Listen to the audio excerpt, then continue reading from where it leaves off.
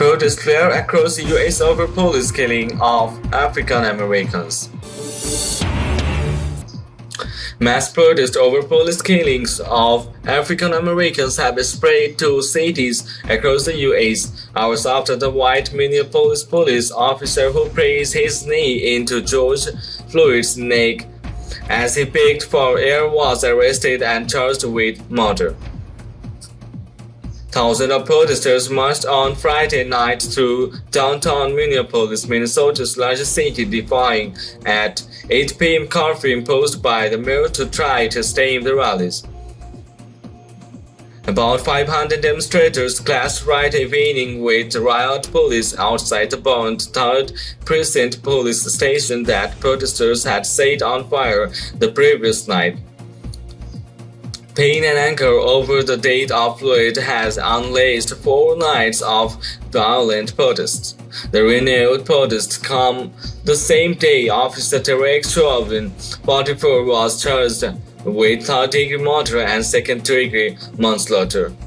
Officials had hoped Chauvin's arrest would calm public anger and prevent continued civil unrest.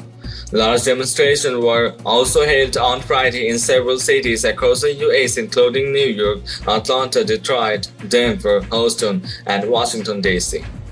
Minneapolis community organizer Mike Griffin said the protests reflected years of frustration over economic inequalities and the feeling that Black lives were not valued as highly by police.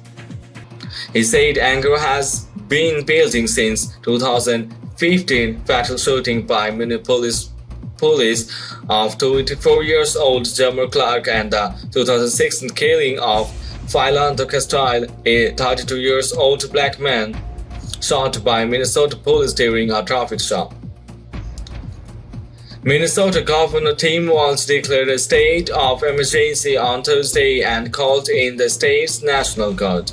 Floyd, 46, was arrested for allegedly using counterfeit money at a store to buy cigarettes on Monday evening. Chauvin had his knee on Floyd's neck for 8 minutes and 46 seconds, according to an autopsy report. Medical examiners found the combined impact of being restrained by police, underlying health conditions, and any potential intoxicants in his system likely contributed to his death. Chauvin, 44, was charged with third-degree murder and second-degree manslaughter. He faces up to 24 years in prison if convicted.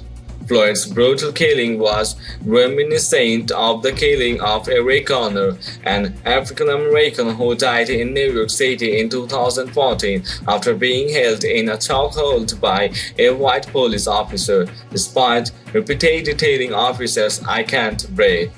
Police-involved shootings and killings of unarmed black men in the hands of white police officers have led to mass protests across the U.S. in recent years and the formation of the Black Lives Matter movement.